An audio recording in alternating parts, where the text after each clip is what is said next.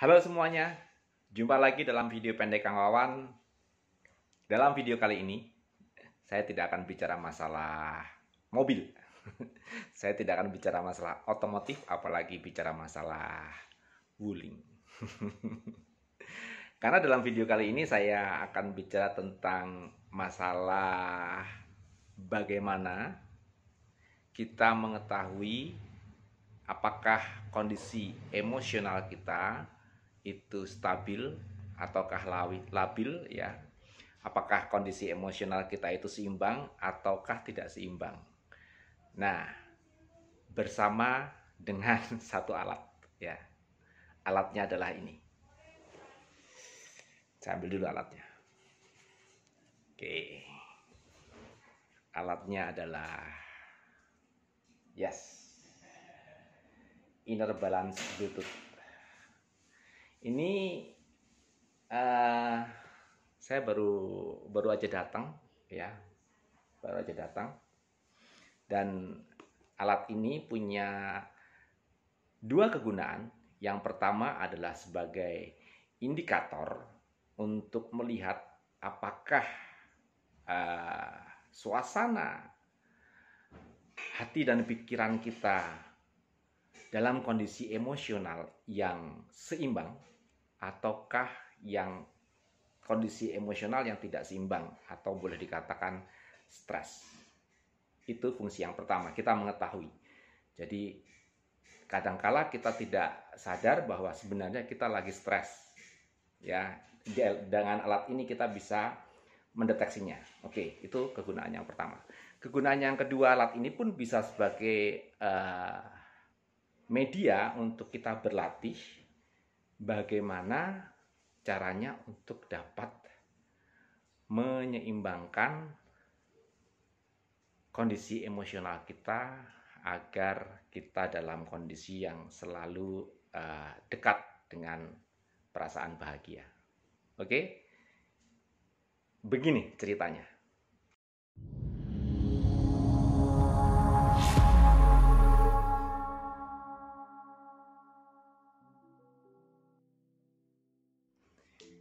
Jadi kondisi emosional kita itu ada dua syaraf yang mempengaruhinya, yaitu yang pertama adalah saraf simpatetik dan yang kedua adalah saraf parasimpatetik. Secara physically, saraf simpatetik berfungsi untuk mempercepat detak jantung kita dan saraf parasimpatetik berfungsi untuk memperlambat detak jantung kita.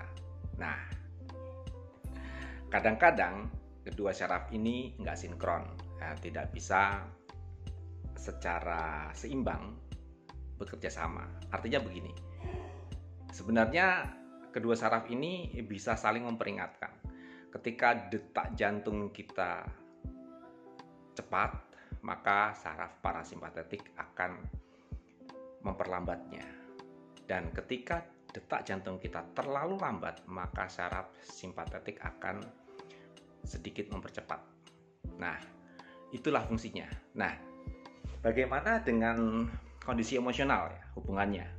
Oke, kita sering tidak sadar bahwa sebenarnya kita tidak berada dalam kondisi yang stabil emosinya. Pikiran kita mengatakan bahwa kita fine-fine saja. Tapi ternyata sebenarnya kita dalam kondisi emosional yang tidak stabil. Itu seringkali terjadi. Contohnya, ini contoh. Satu ketika alih-alih kita ingin refreshing, kepingin pergi ke sebuah pusat perbelanjaan, ke mall gitu ya. Banyak kan diantara kita yang pengen refreshing tapi perginya ke mall. Nah, di sana kita merasa bahagia. Oke, it's fine. Pikiran kita berkata bahwa kita bahagia. Namun ternyata body kita atau tubuh kita, saraf-saraf yang ada dalam tubuh kita ternyata tidak merasakan kebahagiaan.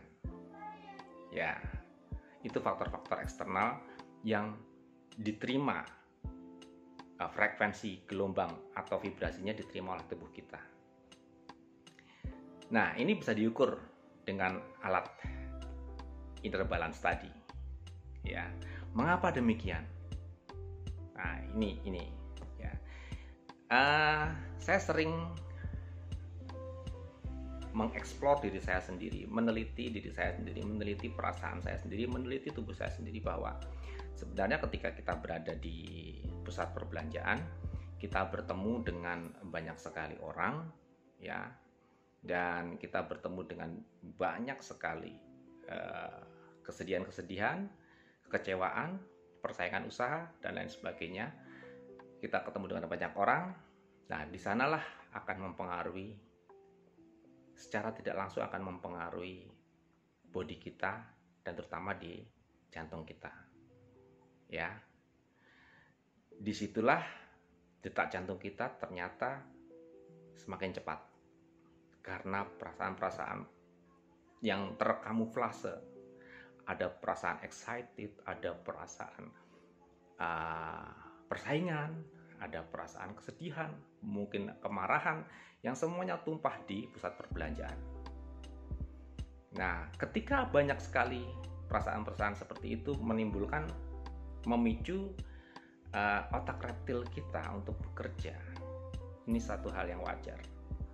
Ketika otak reptil kita bekerja dan dia tidak memperhatikan kata hati, maka yang terjadi adalah keinginan kita untuk berbelanja.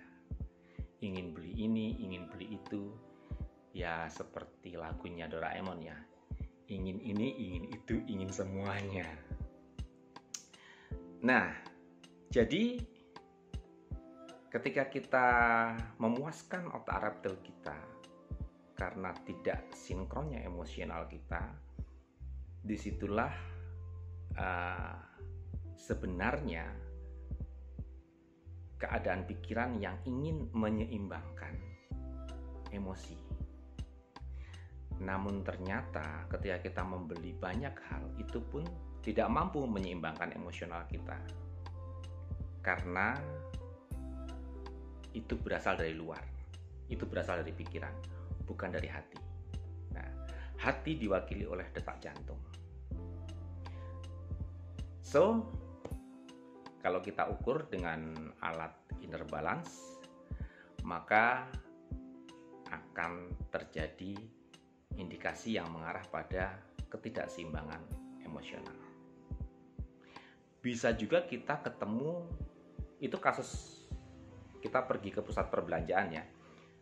Ada juga kasus kita bertemu dengan seseorang, atau kita memegang benda tertentu yang benda tersebut mungkin mengandung electromagnetic field atau apa, itu pun akan mempengaruhi bodi kita, akan mempengaruhi saraf simpatetik ataupun parasimpatetik. Nah, jadi kita pun dapat mengukur benda-benda yang kita pegang atau mengukur ruangan dengan alat tersebut. Tentunya itu adalah indikator dari tubuh kita sendiri yang menggambarkan bagaimana tubuh kita, perasaan kita, suasana hati kita, dan pikiran kita saat kita memegang satu benda atau berada pada ruangan tertentu. Seperti itu.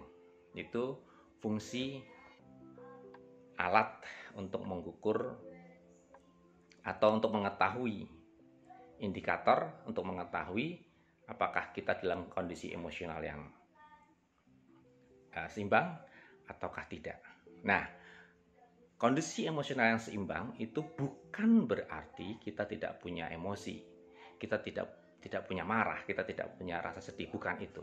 Namun kondisi emosional yang seimbang yang kita bisa latih itu melalui alat inner balance juga, melalui media inner balance ya.